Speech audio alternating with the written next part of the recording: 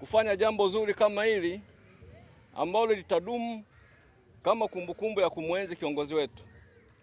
Lakini tukumbuke kwamba upandaji wa miti ni jambo la kimungu zaidi, kwa sababu hata awali kabisa Mungu wakati wa uumbaji aliwawezesha wazazi wetu awali kabisa kuishi na kutunza bustani ya Eden.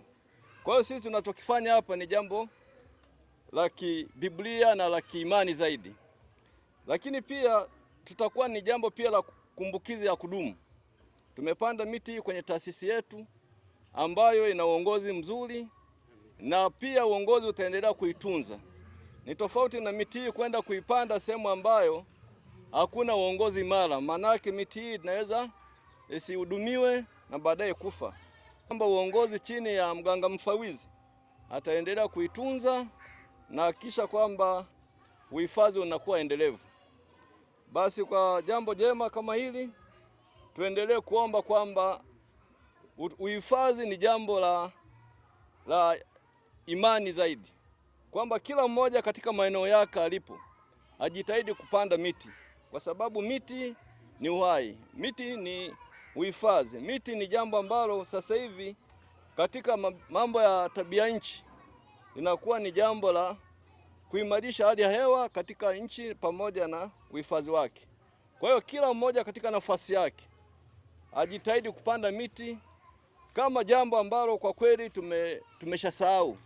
Sehemu nyingi tumeacha uhifadhi, miti imekatwa, lakini tuendelee kutunza miti kama ambavyo tumefanya kwa siku ya leo. Basi niwapongeze wadau pamoja na balozi wa mazingira ofisi ya makamu wa rais, ambaye kwa kweli tumekuwa tukiungana naye katika mambo kama haya, matukio kama haya, na asisite pia kujumuika katika matukio mengine. Baraza la mazingira liko pamoja nanyi kuwaunga mkono kwa kushirikiana, sio tu na balozi wa mazingira, lakini pia na taasisi nyingine katika uhifadhi na usimamizi wa mazingira.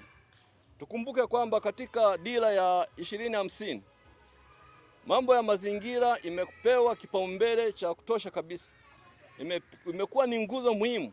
Kwa hiyo wakati huu tunapoanza kwa siku ya leo, tunaanza utekelezaji wa dira 2050 ambao kwa hakika baraza la mazingira kama wadau wakubwa tutaendelea kuungana pamoja na taasisi zozote zile za kiserikali au za kiraia katika kuhifadhi na usimamizi wa mazingira.